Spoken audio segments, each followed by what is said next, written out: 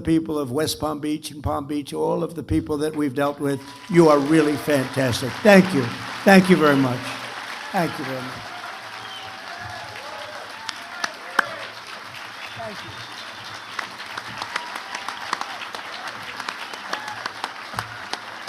Thank you.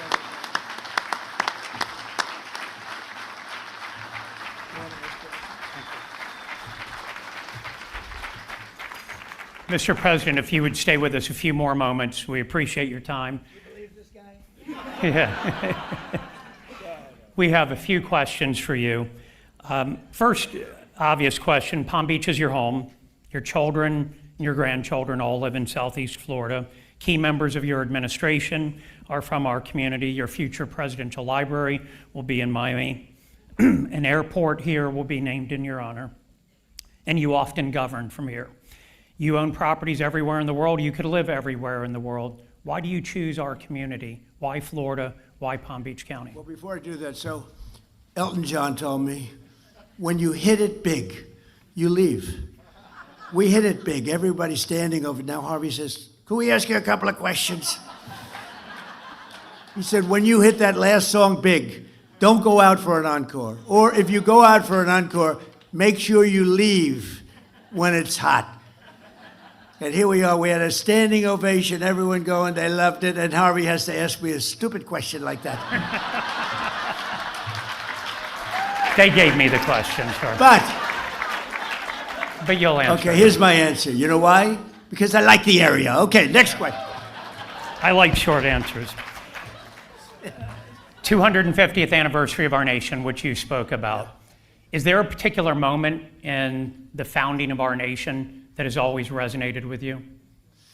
Well, I think when you look at the wars, the revolution itself, you take a look at what took place. It's that 1776 is amazing. It's interesting. We gave our military a bonus, and it was $1,775. And I looked at the number, and I had to sign off on it. I said, wait a minute. This is $1,775. If we had one more dollar, Harvey, it's 1776, and I had to get approval. Can you believe? Actually, $1 is actually a lot, but it's not that much, and so we made it 1776. It's just special. I mean, the whole place. It's a special country. But when you look at some of the movies and documentaries about the founding of our country and all of the great people, George Washington, Abraham Lincoln, Thomas Jefferson, Lincoln later, but Thomas Jefferson, all of the original founders, and some of the ones that are least known are actually the most important and the most interesting, actually. But when you look at all, then you have the Civil War. The Civil War was brutal. It was a brutal. I always said, why couldn't that have been settled? And maybe it could have been, but it was a brutal war. It was supposed to last one day, and because Robert E. Lee was an amazing general. I deal with generals a lot. And I ask, who was the best general? A lot of them say Robert E. Lee, because he took something that was supposed to end in one day, and it went 4 years.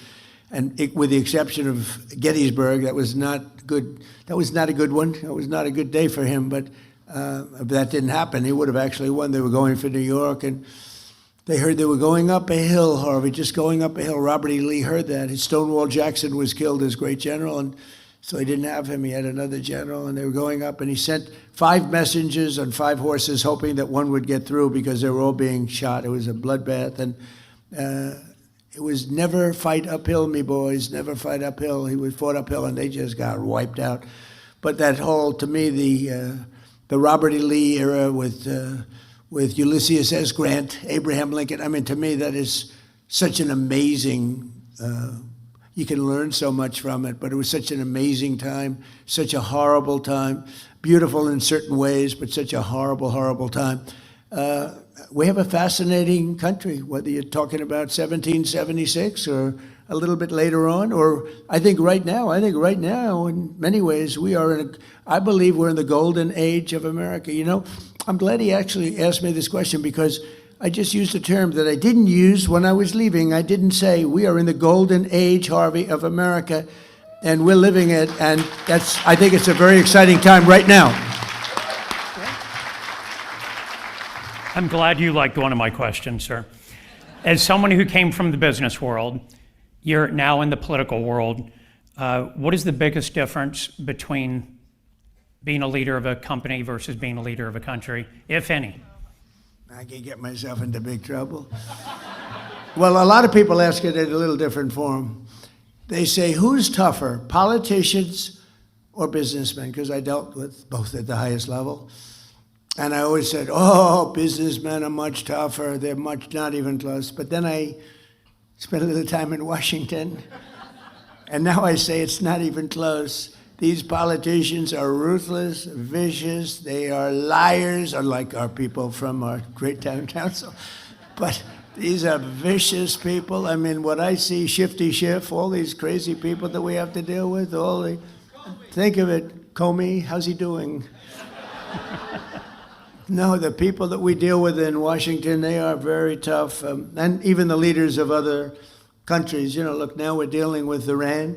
So when they used to ask me that question for the first, Meg, I'd say for the first month, I would say, oh, businessmen. After about a month and a half, after getting impeached twice for nothing, I said, politicians are far worse, far worse. Yeah, right. So it's a big difference. I will say this, there's nothing more beautiful than a really good politician who's honorable. There's nothing more beautiful than an honorable prosecutor. You have some of these prosecutors, they're dirty cops, and you have others that are very fair. And I think the world of the prosecutors is a very important world. You have to have fair prosecutors, and some of them aren't fair. I mean, I was a part of it, and I was able to beat a system that was brutal. A lot of people didn't think it was doable, and we did. But having because it's a very important position, the prosecutors are very powerful, and they can destroy people unfairly, and they can also do a good job. But having smart and fair prosecutors is a very important part of the world in which we live. I think that makes sense, but I feel very strongly about that, yeah. Last question. Well, it's a two-part question. What is the most bizarre thing that you've encountered as president, and what still surprises you about the job even in your second term? Well, if I told him what was the most bizarre thing, I'd have to probably resign in about 3 minutes as I walked off the stage. You think I'm getting there? I'm not. But the one thing so I won't respond to that question. But you would be very interested. But I just think that it's a great honor to be doing what I'm doing. And, you have everybody watching, everybody looking, everybody second guessing.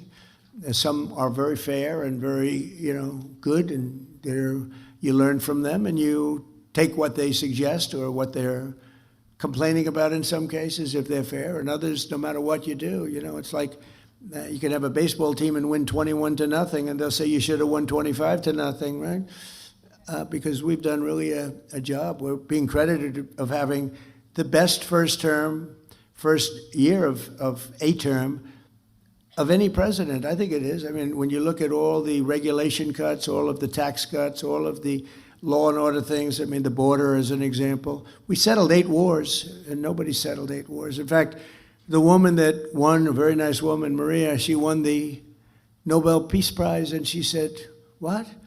Nobody should win that but Donald Trump. She said, Donald Trump should win it more than any other person that won it. And she actually gave me her Nobel Prize. She's a terrific person. But I just say this, it's a great honor to do it. I think it's bigger than I thought. When I was thinking about running early on in 2015, 2014, before I ran, I had no idea it would be this big. I had no idea we could make this kind of an impact. But we've really made an impact. In a little bit more than a year, we've turned this country around. I thought it would take longer than that, but we've turned it around. And again, we're the hottest country. The King of Saudi Arabia said it. I was over there a year ago, and I said to him, we were there after 4 or 5 months, it was obvious what was happening. But he looked at me and he said, President, I must tell you, I thought America was dead. We weren't going to invest. Nobody was going to invest. You had a country that was dead, and now you have the hottest country anywhere in the world. And we do. We have the hottest country anywhere in the world, and we want to keep it that way. Thank you very much, everybody.